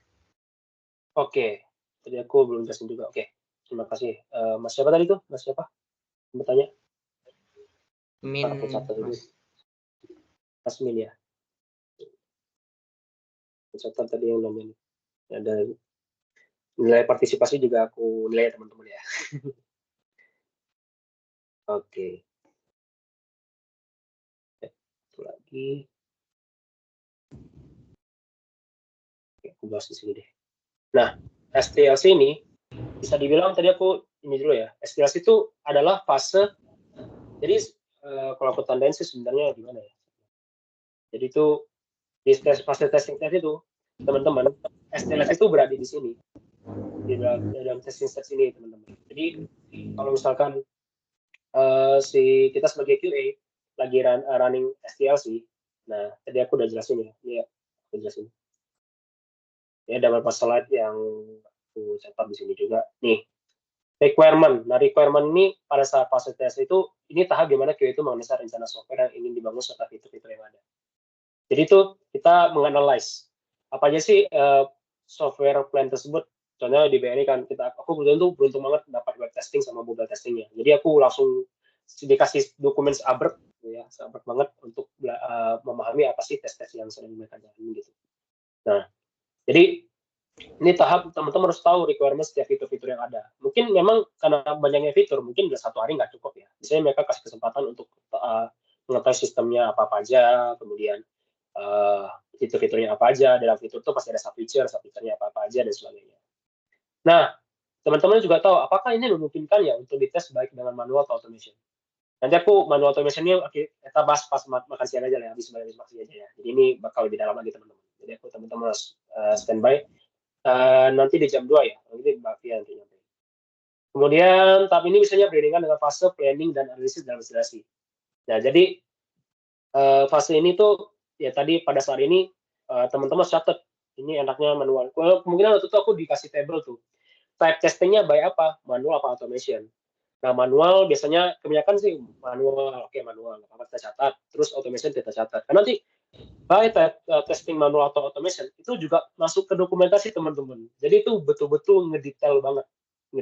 Jadi harus tahu nih. Misalkan either mau manual automation, sebenarnya konsepnya sama. Tapi konsep yang paling penting dari sebuah QA itu harus bisa menganalisa rencana software yang ingin dibangun itu. Apakah scannernya seperti apa? Nanti akan ada tahap kita nanti belajar cara membuat skenario teman-teman ya, skenario sama test case. Nah, ini lanjut ke planning. Nah, planning ini fase penyusunan rencana strategi yang bakal digunakan untuk testing, mulai dari environment yang bakal digunakan, terus yang dipakai, data yang diperlukan untuk pengetesan, hingga estimasi waktu yang dibutuhkan. Jadi itu tahap di mana si orang QA itu harus sudah siap sedia setup environment-nya apa aja. Kalau misalkan pakai Jira, kalau manual Jira, atau Trello. Kalau misalkan kebanyakan sih ya G Sheets-nya, Excel-nya udah dibuatin tuh semuanya tuh. Jangan sampai nanti pada saat pas testing teman-teman baru buat dokumen atau script ya. Siapa tadi Mas? Oke, gak ada ya. Lanjut lagi deh. Oke, fase ini dijalankan tadi aku bilang ya, tadi lanjut sama tadi plan teman kita yang sebelumnya. Fase yang plan ini siapa? Halo? Siapa ya tadi? Teman-teman ada yang bertanya tadi ya? Kalau mau bertanya, ntar ya, aku jawab dulu ya. Ini yang jawab dulu ya, teman-teman. Oke. Nah, ini lanjut tadi ya. Pada fase ini, pada saat planning ini, QA itu harus tahu apa ya, tools yang dipakai itu apa, data yang diperlukan. Karena waktu itu aku QA, jadi itu banyak banget belajar aku selain ngetes API juga, ngetes UX,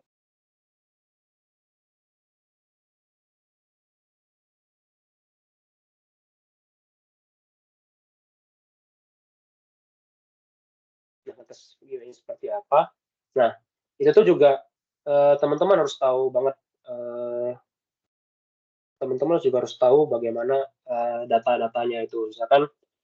Misalkan itu simpelnya kayak gini ya teman-teman ya. Contohnya lagi mau login gitu ya, login. Nah, login itu kan butuh field ya, username sama password.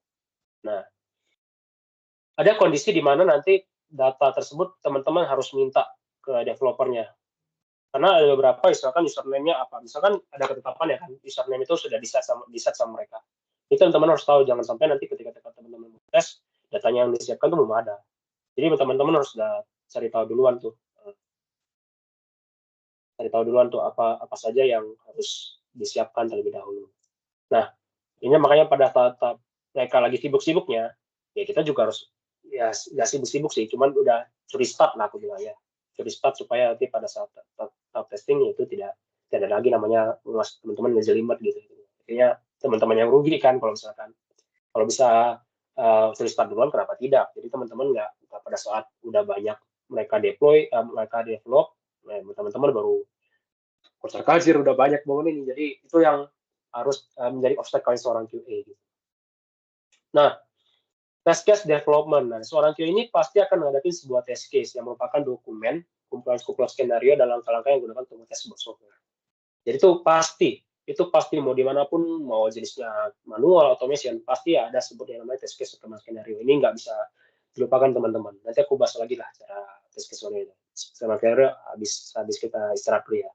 Nah, kemudian pembuat test case ini bertujuan ke testing bisa lebih fokus dan memastikan semua fitur yang dapat tercover. Jadi test case ini yaitu tujuannya supaya testingnya bisa lebih fokus. Jadi semua fitur itu kan ada banyak ya. Misalkan nanti description-nya apa, dijelasin tuh description-nya. Oh, misalkan kita simply lagi login atau register. Register tuh butuhnya apa aja, precondition-nya apa, sebagainya. Nah, itu teman-teman harus tahu banget supaya pada saat pengetesan teman-teman nggak tahu sistem prosesnya, makanya harus dicatat teman-teman. Itulah hadirnya seorang QA. Nah, mulai di sinilah tantangan seorang QA itu diuji. Bagaimana apakah mereka bisa nge-develop test case yang baik. Karena test case yang kita buat itu jangan sampai jadi bumerang, jadi senjata makan tuan SMT, senjata makan tuan buat kita. Karena kadang-kadang kita buat test case itu nggak bagus, teman-teman. Kadang-kadang, loh, kamu tuh, kemarin aku ditegur kan, sempat ada banyak banget QA yang baru tuh ditegur di BNI karena, loh, ini test case-nya kenapa harus sejelimet ini?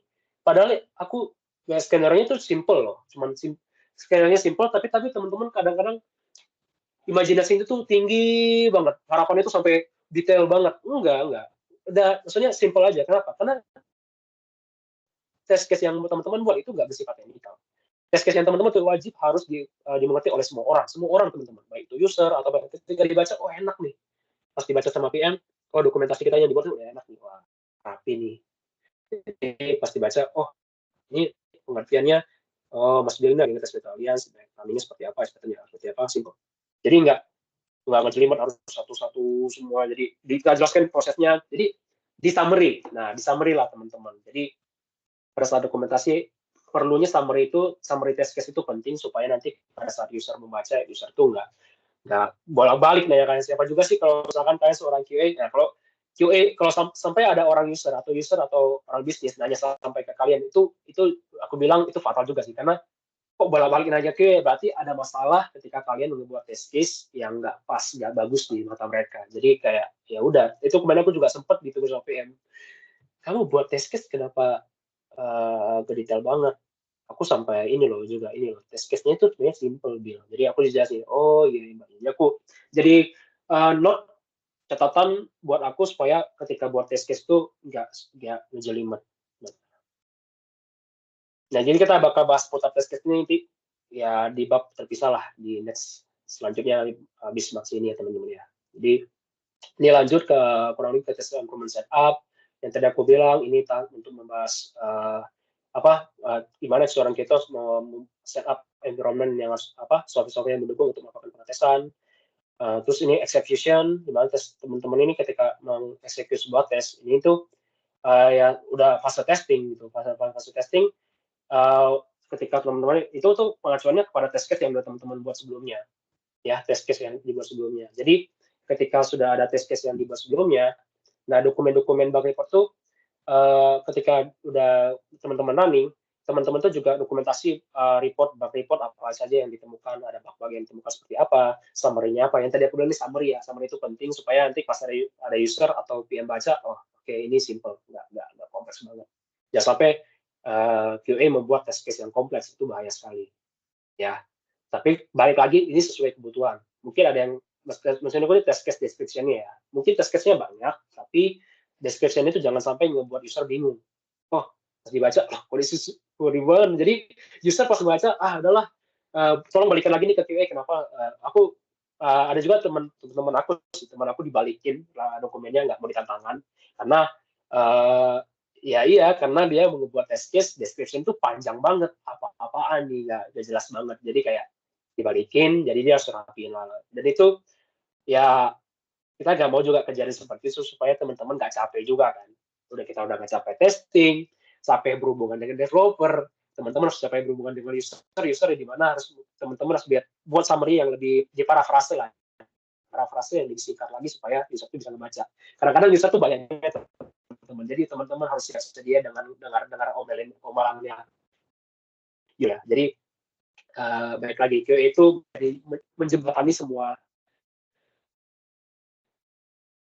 yang seperti apa. Tadi aku jelasin dari PM itu wajib banget supaya ngerti sistem bukan sistem nih, apa saja bisnis ini fitur-fitur ini. PM itu menjembatani, developer pasti kita bahas sistemnya.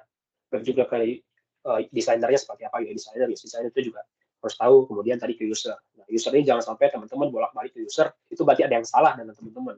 Pasti ada yang salah dengan teman-teman, karena kalau user sampai bolak-balik nanyakan teman-teman, nah, itu ada dokumentasi test case yang salah, atau bug reportnya belum selesai, atau test summary itu terlalu kompleks. Nah, yang terakhir ini test cycle closure, teman-teman. Aku jelasin lagi, test cycle closure ini kita udah wajib ngelaporin test case atau test summary yang sudah kita buat. Setelah user udah tanda tangan dokumen yang kita buat, udah teman-teman tuh udah bisa dibilang sedikit tenang lah ya, sedikit lebih lega, karena pada saat udah berhubungan dengan developer dan PM, itu teman-teman nggak perlu lagi bolak-balik. Jadi sekian kita kumpulin dokumen UAT-nya. Biasanya teman-teman bakal buat dalam tanda kutip ya, misalnya waktu itu di Benda aku sebenarnya berita acara sih. Jadi kayak misalkan nomor sekian, projectnya nomor sekian. Jadi project nomor sekian aku sudah ngetes ini dan sudah running, sudah selesai semua. Tidak ada ditemukan kendala-kendala atau bug-bug lagi selama testing. Jadi semua tiket-tiket teman atau bug-bug report teman ke developer itu sudah selesai semua, sudah clear, tidak ada kendala lagi. Nah itu kalau udah teman-teman di tahap itu bisa dibilang selamat, teman-teman udah lebih tenang lah ya sebagai seorang QA, karena tidak ada lagi yang perlu dites untuk project ini. Nah, tapi dan tadi aku bilang ini tuh selalu berhubungan ketika tes closure, ketika nanti ada project atau versi baru yang sudah diangkat, teman-teman harus mencatat lagi analisa yang tadi aku bilang sebelumnya. Kurang lebih seperti itu. Menjawab nggak Mas tadi? Mas siapa tadi nanya? Mas siapa ya? Ya cukup jelas Mas. Terima kasih. Oke. Ada lagi? Kalau nggak ada teman-teman, kita sudahi dulu ya. Nanti kita bakal lanjut lagi di jam 2 teman-teman, sekaligus itu kita praktek membuat test case ya teman-teman ya di jam 2. Sama besok, kalau besok sih paling itu lebih ke pembahasan apa yang sudah kita kerjakan sih. Nah, jadi teman-teman aku harap teman-teman stay terus di kelas aku ya.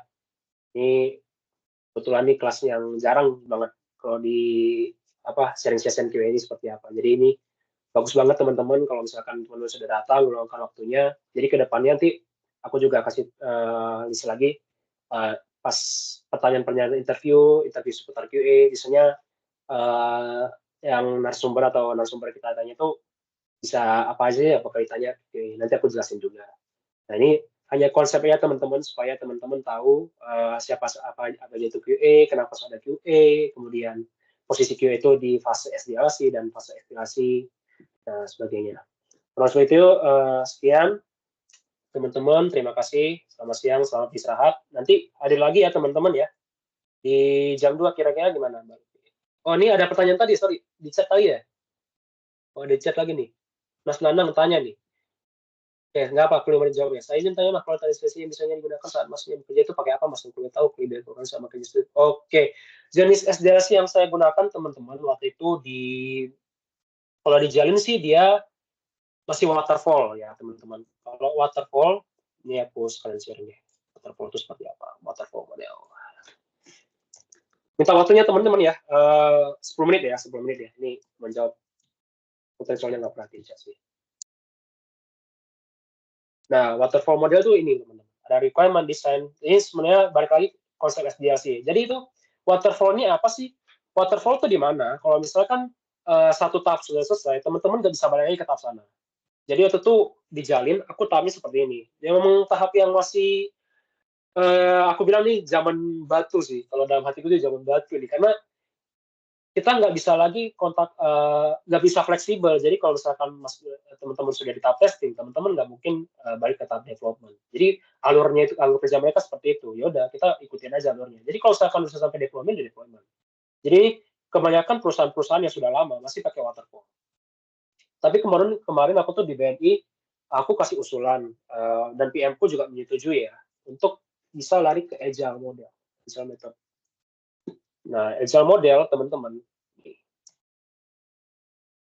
dia fleksibel, teman-teman. Dia tuh dari requirement, design, development. Dia jadi kalau misalkan di tahap misalkan kebanyakan di tahap development kita testing itu ada banyak kendalanya, misalkan test case-nya ada bug, ada report. Nah, kita serahin lagi ke developer. Nah, bahkan mereka bakal nge-develop lagi aplikasi mana yang ada apa fitur-fitur apa saja yang ada bug-nya. Kita bakal balik ke tahap ini, teman-teman. Jadi kita setelah testing, kita bakal balik ke mereka. Jadi misalnya kita bakal balik di situ terus aja ya. Di Jalin itu waktu itu sebenarnya waterfall ya, tapi secara implementasi waktu itu di Jalin aku ngetesnya tuh udah agile banget sebenarnya, karena pas udah testing, wah ternyata fleksibel banget nih, kita bisa nanya kembali lagi ke developernya buat, oh tolong ya ini diperbaiki ya, di fix ya, karena ada bug di sekian. Oke, mereka developer, sembari mereka kita menunggu itu di fixing, biasanya kita bakal lanjut tes fitur kita atau ngecatat apa aja bug-bug itu. Bug reportnya kita catat di dalam dokumen kita. Itu wajib teman-teman supaya kita lapor ke PM, Pak Bu, ini ada bug di fitur sekian. Bugnya apa? Kita jelasin apa? Actual resultnya apa? Expected resultnya apa? Nah, jadi ketika teman-teman udah balik fase ini, teman-teman udah fleksibel dan udah pasti kita tahu lah ya, udah hasil agile itu lebih enak prosesnya ketimbang waterfall. Kalau waterfall teman-teman pada fase testing kita ngetes tapi ada bug, ya gimana ya, kalau misalkan ngikutin seperti itu kita misalnya developer bakal catat bugnya apa tapi nggak bakal di fixing langsung. Misalnya di fixing langsung ketika bugnya itu sudah selesai. Misalkan bugnya nunggu di deploy dulu lah, kemudian di review, akhirnya minusnya misalnya user nggak bakal tahu nih bugnya apa, bugnya kita masukin. Jadi bugnya itu bakal diurus atau ditangani sama si developer di next versi selanjutnya atau pengembangan. Jadi kurang lebih seperti itu. Jadi menjawab ya. Terus Mas Yogi, saya ingin bertanya Mas, bagaimana untuk menilai keparahan atau level bug dan menentukan kapan suatu bug dapat diperbaiki? Oke. Ini tentang level bug. Oke. Misalkan satu fitur, contoh login atau register. Register ini kan ada banyak skenario-nya ya. Misalkan ketika ada skenario di mana kita memasukkan contoh, aku kasih mana ya? Ini aku ke Facebook. Ini sebenarnya di fase nanti deh teman-teman, tapi ini secara singkat aja aku jelasin. Login. Ya langsung login.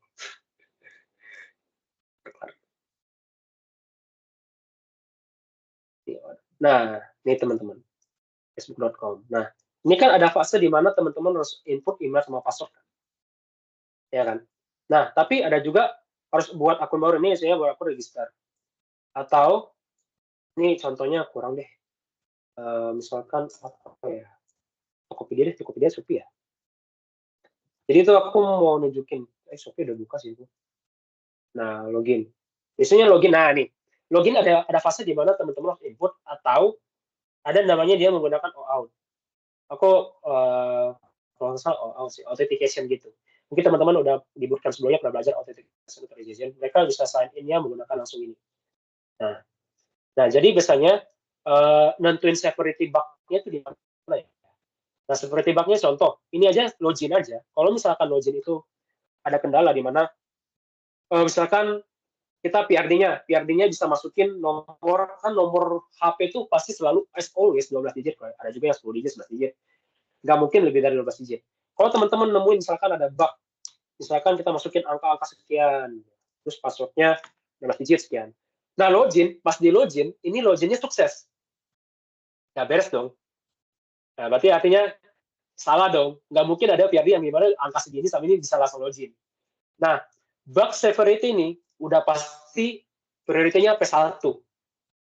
Prioritasnya tuh level tingkatnya itu tinggi. Ini harus segera di fixing. Karena apa? Karena kalau ini nggak di fixing teman-teman sama developer, itu bakal jadi kesalahan dong sama fitur-fitur yang lain. Ini aja udah Kemarin kalau misalnya aku nggak nemu kasusnya sih, cuman waktu itu aku nemu kasus di mana waktu itu ada pembayaran payroll, di mana payroll itu masukin angkanya itu bisa lebih dari 16 digit. Misalkan ada ketetapan di mana payroll itu misalkan angkanya 8 juta ya. 8 juta. Aku nggak usah buka datanya sih teman-teman karena aku sudah nggak bikin lagi sih. Jadi kurang lebih aku kasih poin. Jadi kayak masukinnya itu 8 juta. Misalkan minimumnya itu 50.000 ya, minimum 50.000, tapi pas di input 20.000 untuk transfer, 20.000 untuk transfer masuk. Nah, padahal minimum requirement 50.000. Nah, itu teman-teman wajib juga catat severity-nya. Kalau severity-nya itu di prioritas tertinggi. Ini wajib harus di-fix developer. Kenapa? Ya ini pertama alasan kita naruh severity itu di tingkat tertinggi. Kenapa? Alasannya karena ini tuh deployment sudah jalan, developernya sendiri sudah selesai dalam mengembangkan code-nya atau API-nya. Jadi teman-teman wajib severity-nya high. Karena ketika kalau ini nggak di-fixing secara cepat, bakal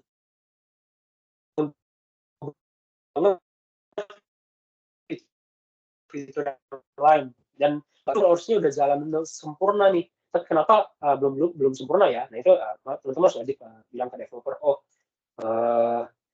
ini parah nih tingkat bug levelnya, harus di-fixing supaya nanti ke depannya kayak login aja. Login itu udah halaman utama, home-nya daripada web itu. Jadi halaman utama itu udah, kalau misalkan nggak di-fixing, bagaimana kalau misalkan ke depannya lagi, kalau mau tes fitur-fitur yang berhubungan dengan kalau e-commerce ya, pembelian, atau nanti transfer dan sebagainya, itu teman-teman harus wajib nentuin level bug-nya. Nah, untuk level bug yang bersifat medium atau normal.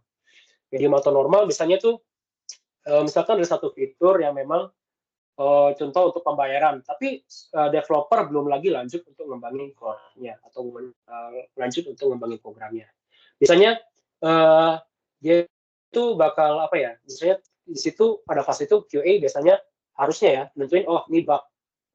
Memang bakal ada bug, kita tanya ini bugnya major gak ya? Oh bugnya minor, ini mungkin bisa di-fixing nanti. Nah, misalnya ada komunikasi sepertinya ini hanya di medium atau di low. Apakah bisa di low? Jadi ini nggak bakal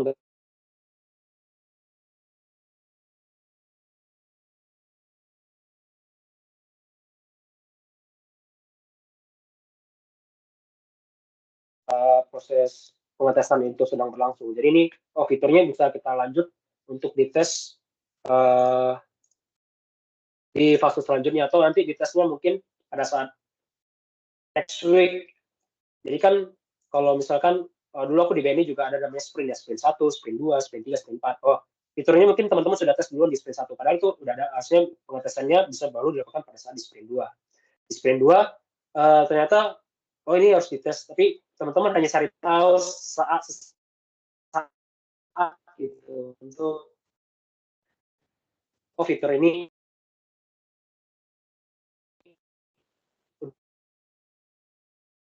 jalan sudah jalan, kan itu sudah harus wajib diselesaikan sama developer. Kurang lebih seperti itu, Mas Yogi. Menjawab ya.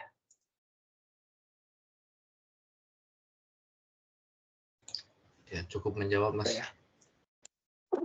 Oke, lagi kalau mungkin kalau ada kita istirahat dulu ya teman-teman ya. Kita istirahat dulu, kita lanjut lagi di jam 2. Halo, selamat siang. Di Petrus. Oh ya, halo. Selamat siang. Ya, siang semuanya. Thank you ya, Bill, untuk sharing session-nya ya. Di sini saya cuma mau informasi aja ke teman-teman semuanya. Tujuannya sebenarnya dibuat training ini karena sebenarnya habis ini kita ada project di CRM. Nah, ini butuh satu orang QA. Nah, kemarin feedback-nya dari tim CRM bahwa anak-anak yang selain dari Bill itu belum ada pengalaman membuat tes skenario dan lain-lain. Nah, oleh karena itu kita buatlah sharing session ini, dan mungkin nanti abis ini akan ada coba bikin tes skenario ya, biar kalian juga benar-benar nggak buta banget. Apa sih tes skenario, apa sih jadi QA ini memang masih awal untuk teorinya aja dulu. Tapi nanti ke depannya ketika nanti di interview, kalau bisa kalian memang sudah tahu apa yang harus dilakukan kayak gitu ya, teman-teman semuanya ya. Seperti itu sih. Situ tujuannya. Dan saat ini kita ada project di CRM masih ada 5 orang lagi yang kita butuhin. Mudah-mudahan dari teman-teman sekalian bisa masuk ke dalam project ini. Makanya untuk yang kemarin sudah interview dan nggak lolos, nggak apa-apa. Mungkin nanti kita akan masukkan ke dalam project yang lain. Tetapi untuk yang selanjutnya, saya harap nanti kan si Bill akan kayak sharing ya. Apa sih yang diinterview sama si Bu Lydia gitu, tim CRM. Nanti dikasih bocorannya sama Bill. Kalau udah tahu, nanti ketika ditanya sama atau diinterview sama Bu Lydia, kalian bisa jawab seperti itu ya. Itu tujuan saya ke arah sana. Oke, paling itu aja, selingan aja. Udah siang, makan siang juga, kalian istirahat dulu aja. Terima kasih ya Bill, terima kasih semuanya telah hadir ya. Terima kasih Mas. Ya, oke. Ya. Terima kasih teman-teman ya. Oke, selamat siang ya. Siang, terima kasih.